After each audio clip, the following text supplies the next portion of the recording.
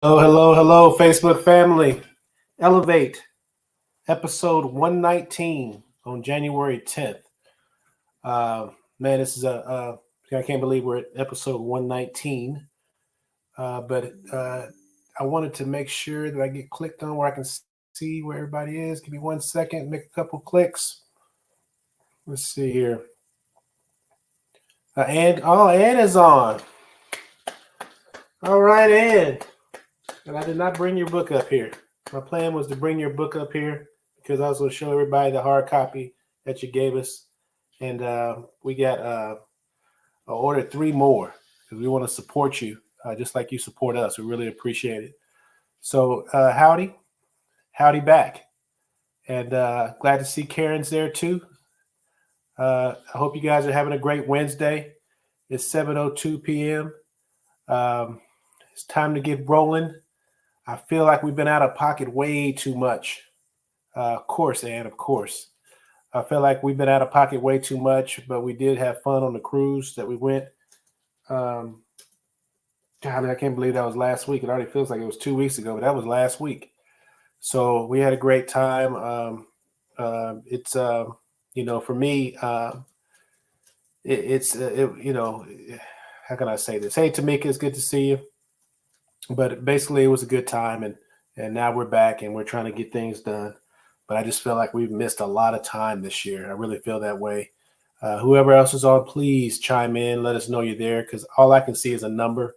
I don't know who you are until you chime in. And plus, we really look forward to your interaction. So, very excited about today. The title today is Pride. And at first, it was going to be part 1, but I was like, you know what? We're going to try to shorten this and get it all in one deal. But Pride, episode 119. So definitely want to give a shout out to Ann and her book, To Get to Here, Ann Boykin. And man, I really apologize for not having your book here. And that's what happens when you're trying to rush. I didn't bring it up. So very, very, I will repeat it, man. Just very, very proud for you to complete and finish a project that is so meaningful for you and I know will impact other people. And very excited for that because, I mean, I have that same hope that one day I'll do what you did, and that's complete that project. Aunt Stephanie, good to see you. Another shout out, you guys, and you guys know I'm a football fan. I want to give a shout out to DeMeco Ryans. He's the head coach of the Houston Texans. He was a former player for them, and he was the defensive captain. He went around the league, did some coaching gigs, and now he's back as our head coach out here. And I think I just might claim him now because they're getting ready to make the playoffs. How you doing, Dad, Mom? Good to see you. So I want to give a shout out to DeMeco Ryans. I mean, if you ever hear him do one of those little interviews, he's very fun to listen to. And, you know, how we're thirsty for a winner in the area of football out here. We're just thirsty. There you go. And thank you. She put the title of her book and the link that you can get it from. It's on Amazon. I got the copies that I bought on Amazon. So I know you guys will enjoy it. And of course, we talk about what Elevate is. Elevate's leadership program.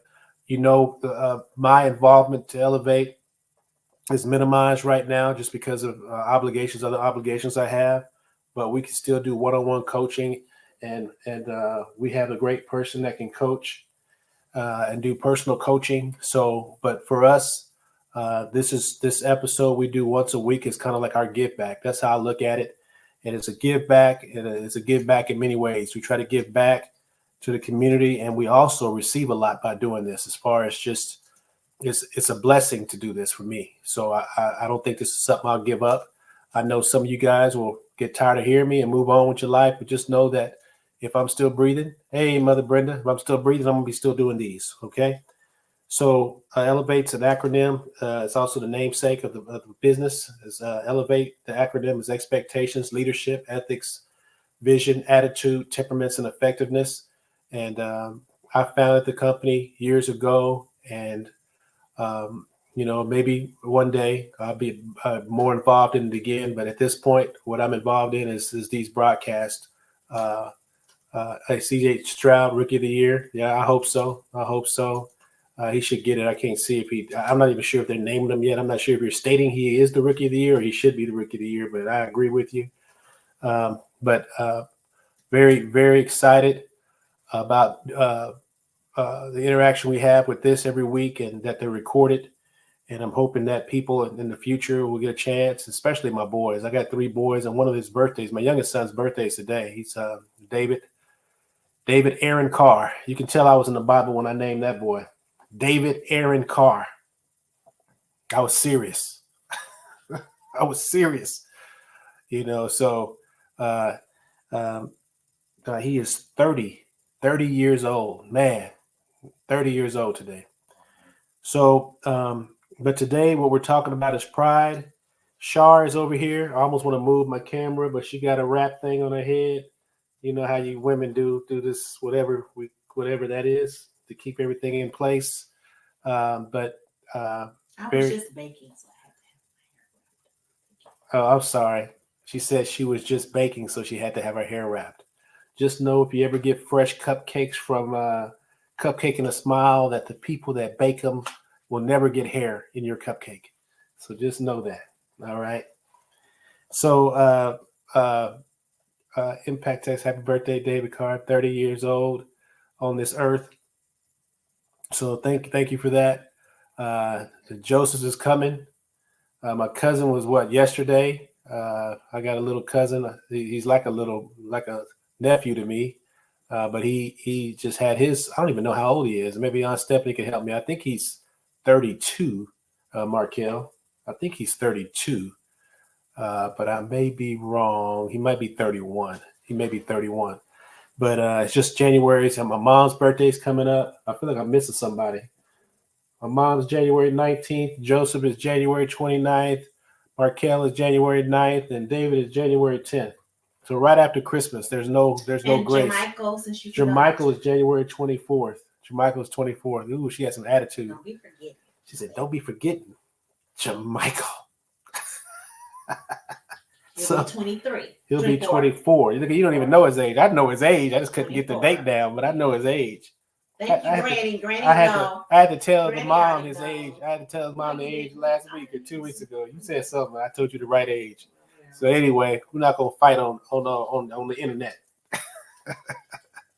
So very excited for this month, and then hopefully we get out of January. And then guess what happens? Valentine's Day comes up. And then I think we get a little bit of a break as far as us men in March. I think we get a little bit of a break.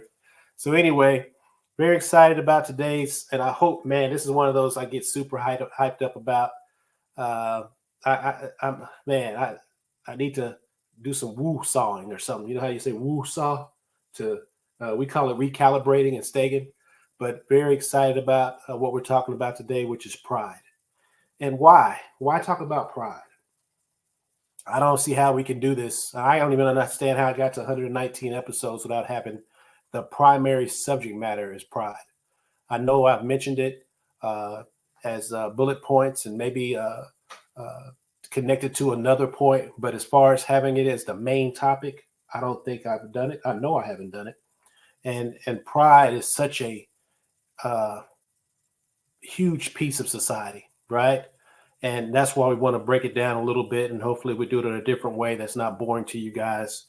But pride, episode 119. So I want to get one word, guys. 710. I want to get one word. How are you guys feeling? Give me one word. How you feeling today? I can start it off by telling you that kind of anxious because I want to get this off my chest. I want to share this with you all. So I'm kind of anxious. Shar, one word. How you feeling today? I'm ready for Friday. How about that? Shar just got off a 300-day vacation and she's waiting for the weekend. So that's how Shar's feeling. Let's see what else. How's Ann's feeling better? Great. Tamika is motivated. Tamika got a big year this year. She got me stressed out. She got a big year this year. So it's good that you are motivated because you got a lot to do. My dad said triumphant. You know, that's a powerful word. You know, that's one of those words you never really see a lot spelled out. So it just looks powerful, spelled out. Mother Brenda says energized. I've never seen her unenergized. I just thought that's just how you are, energized. So that's energized. So that's great. But I wanted to start this out, pride. I wanted to start this out by sharing a quote. And please, it's not long, but it's a little long. It's not a paragraph or anything, but I wanted you just to hear this quote. It's about 2 or 3 sentences. And just remember, did you turn off your volume? I cannot hear. It may be on my end. Can everybody hear me? I'm assuming you can hear me because they're answering the questions. Can you put a 1 down if you can hear me? Please put a 1 down because I definitely don't want to start this and you can't hear. Tamika says, I can hear you. Thank you. Thank you. Ann says she can hear. Thank you. Thank you. Okay. So I'm going to go ahead and continue. But this quote is so powerful. And it's from one of my heroes, man. It really is. My dad said he can hear. My mom can hear. But this quote is powerful. And pride is something that, especially us men, I mean, you can find a man out there that don't have a car. He don't have no cell phone. He don't have a place to go. He might be living on the streets, but he'll strut like a peacock and just have this pride about himself, you know. And pride is a good and bad thing, which we'll talk about. Aunt Stephanie said it's okay on her end now. So I want to read this quote. And this quote, you'll hear me say this a lot. This quote changed my life when I heard it. But it says, I am not a man like others, and moral laws or the laws that govern conventional behavior do not apply to me. My mistresses do not in the least engage my feelings. Power is my mistress. I'm going to read that one more time. I am not a man like others, and moral laws or the laws that govern conventional behavior do not apply to me. My mistresses do not in the least engage in my feelings. Power is my mistress. And the first word that popped in my mind when I read this was pride. I mean, my goodness. And this was written by Napoleon. So, you know, pride is something that, you know, I almost hate to say this publicly because I feel like I'm like an alcoholic confessing to the world that I'm alcoholic. But pride is one of the weaknesses that I've struggled with over the years. I've always struggled with having this confidence that's doesn't make sense, but it really wasn't confidence all the time. A lot of the time, it was just pride. And I would move to cities, and my first thought was that they built this for me. That would be my first thought. I would move, like, yeah, this Houston thing, yeah, this city was built just for me. You know, that would be my thought. And if that is not so self-centered and a me focus, I don't know what is. Whenever I would have a major challenge, I'd be like, please, this ain't nothing. I got this. Yeah, I don't know nothing about raising kids that are not mine. I got this. Yeah, I've never been married. I'm 18, 19 years old. I got this. Yeah, I'm going to go over here to this other side of the country and work. Can't be that hard. I got this. But just this false sense of thinking that I can do things that I don't know nothing about. And I read another quote later on in life that says, ignorance in motion is dangerous. And that's really what I was. I was ignorance in motion. So when we touch on this subject, pride, it hits home in a lot of ways. But pride, and I like this, it says pride is a two-faced emotion that motivates us to achieve and intimidates others. And it also climbs that social ladder. So, you know, it's a two-faced emotion. It's almost like a coin that has two sides to it. You got to get both. You're going to get the good side and the bad side when you're dealing with pride. And the other thing about pride is defined on one side as a reasonable self-esteem, confidence, and satisfaction. That's one side of the coin. And then you turn that coin around, and pride is defined on that other side as an exaggerated self-esteem, conceit. So I wanted to get some feedback on what you guys thought on that quote. I'm not a man like others, and moral laws or the laws that govern conventional behavior do not apply to me. My mistresses do not in the least engage my feelings. Power is my mistress. What's your first takeaway when you hear that? I told you mine was, wow, pride. You know, a little 5'5" man, think he the world. You know, Napoleon boy. But what was your takeaway when you heard that? Sounds very arrogant, right? It rocked me when I heard it because it just resonated inside. You know, it reminded me of that movie Training Day when Denzel Washington made up that famous line that wasn't even written in the script. What do they call the little lines that they read? What do they call it? The lines that the actors read? The script. Oh, okay. I thought she. I think he has a big ego, right? But that line that King Kong has nothing on me. He said some cuss words in there, but my mama and my dad's on the phone and they never heard me cuss. King Kong ain't got nothing on me. My wife just mouthed the cuss word. I'm gonna tell your mama. But he made up that line because he was in the moment. But that's such a powerful line, and that's that pride. That's that pride. I think he had a big ego. I think I read that already. So I wanted to read this, and it's interesting to note, and it's interesting to note about pride. It's considered a secondary emotion. Now, I know many people, we got many people, educated people on this call, and it says we saw Napoleon the movie, and that's him to a T. It's interesting to note that it's considered a secondary emotion. Now, I've never heard of a secondary emotion, so I had to look it up. So secondary emotions are emotional reactions we have to other emotions. For example, a person may feel ashamed as a result of becoming anxious. Well, the anxiety would be the primary emotion, and the shame would be the secondary emotion. They have tertiary emotions too. But I'm not going to get into that because I don't have a lot of time. But pride is considered a secondary emotion, and I thought that was interesting. And it's dangerous. And I listed 4 points of why I believe, and this is not something that was written by your top intellectuals in the world, but it's just written by a guy that suffers from pride and has to check himself all the time. And life checks me all the time. But what makes pride so dangerous? Number one reason pride is so dangerous is that it's needed. Pride is what compels us to aim high rather than simply get by. And in a sense, it's a virtue. So that two-sided coin that we talked about, on one side, pride is needed because it pushes us to aim high. There's nobody that achieved at great levels that does not have an extremely high level of pride. And in that sense, it's a virtue. And it really promotes moral excellence. But the problem with pride is both sides are coming. You're not just going to have one. You're going to have both sides.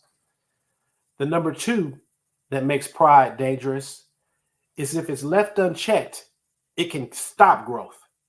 It can stop growth because why do you need to read if you know it all already? Why do you need to do anything if you're already there, if you think you're already there? Even in success, there's an axiom that says what can stop progression is success.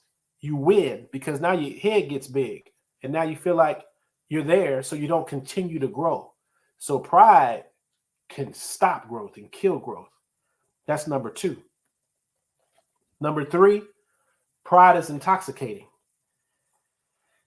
It's exciting and a little bit disorienting. I mean, I think of pride like a drug. You're not sniffing cocaine or smoking weed or popping pills, but you're getting high on your own warped sense of self. It's something to see. I mean, I've seen it a lot. I've seen it today. We had a meeting today.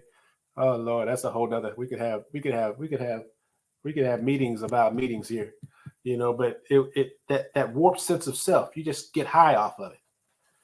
Number four, the 722. Jesus. Number four, pride does not respect order or structure. That's the problem with pride. It does not respect order or structure, you know. And what I mean by that is that there's some things that have been proven that if you do them in the right order, you'll have more success in life. And we can probably list a lot of things if we broke it down, from learning how to drive a car to playing sports, even to just kind of like your normal life succession of events. Like, you always hear about the divorce rate being 50%. It's really not 50%. Not if you make over 50,000 a year when you get married. It's not 50%. Not if you have a degree when you get married. It's not 50%. Not if you wait till after you're 25 years old. It's not 50%. But we always hear that it's 50% because it's looking at everybody. But if you take the people that respect order and respect structure, they're not experiencing these 50% divorce rates like everybody else. The other thing that and I like to say, pride doesn't respect order. Pride kicks wisdom in the teeth. That's how pride is. That's how aggressive pride is. It just says, I'm here, I'm going to do it my way, you deal with it.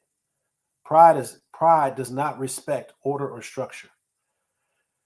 So give me some takeaways. If you got some things that you think, we got about 7 minutes. I got one more section to go over. I got a little short poem, but when you think of pride, what do you think of?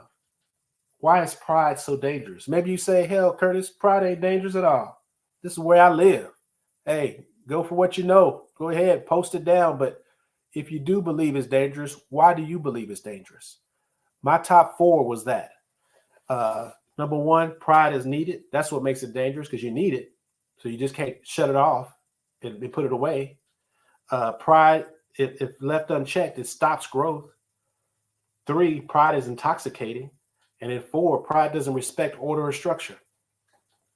Pride goeth before the fall. She got scripture on us, right?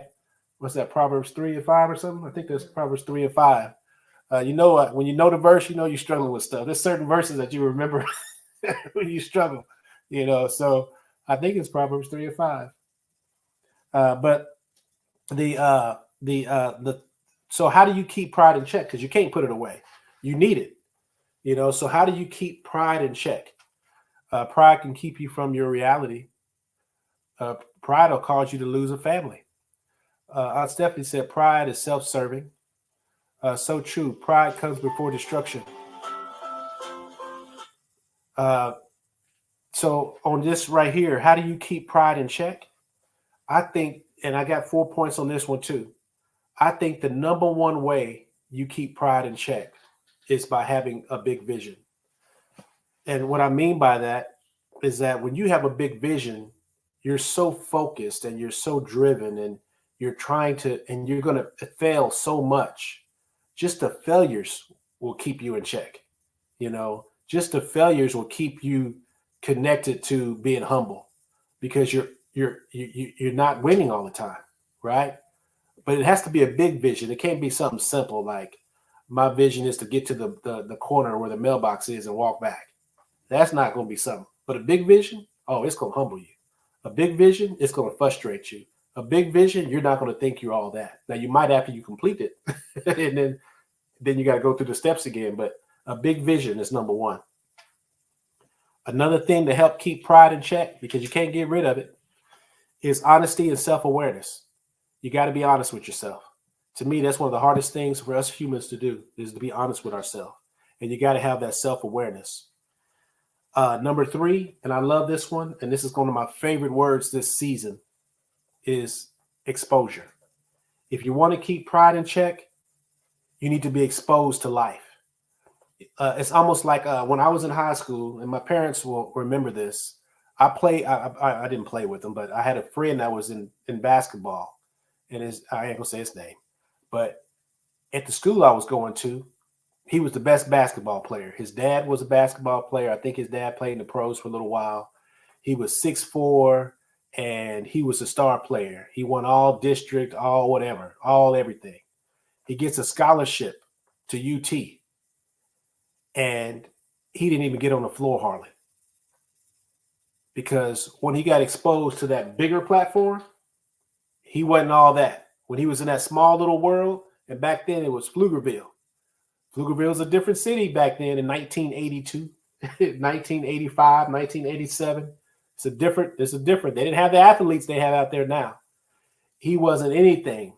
You didn't hear about him. He didn't get any pro offers. You didn't hear about any of that with him. You heard stories about how the coach had him dribble around the campus because he couldn't dribble. But exposure. Me and my wife were sitting there watching something, and the guy got a great idea because he was on a trip. And while he was on that trip, it exposed him to something that gave him a great idea. Exposure is powerful. Exposure is powerful. That's number 3. Lastly, if you want to keep pride in check, utilize systems. Just having the discipline to utilize systems. And when I say utilize systems, I'm talking about especially in the area of relationships and especially in the area of money. If you want to keep pride in check, utilize systems. And just your day-to-day grind, trying to make sure that you reach these goals and utilize the different systems. Like for one, money. I've been talking to my wife about the 5 jars. So we talked about it here on the broadcast, 5 jars. And this is something that the Jews do to teach their kids about money, and they live by it. A lot of them live by it, and that's why you see this wealth transfer from one generation to the other. But they say, listen, we're going to give 10% to God at the synagogue, and it's going to be a tithe. And it doesn't belong to us, it's God's.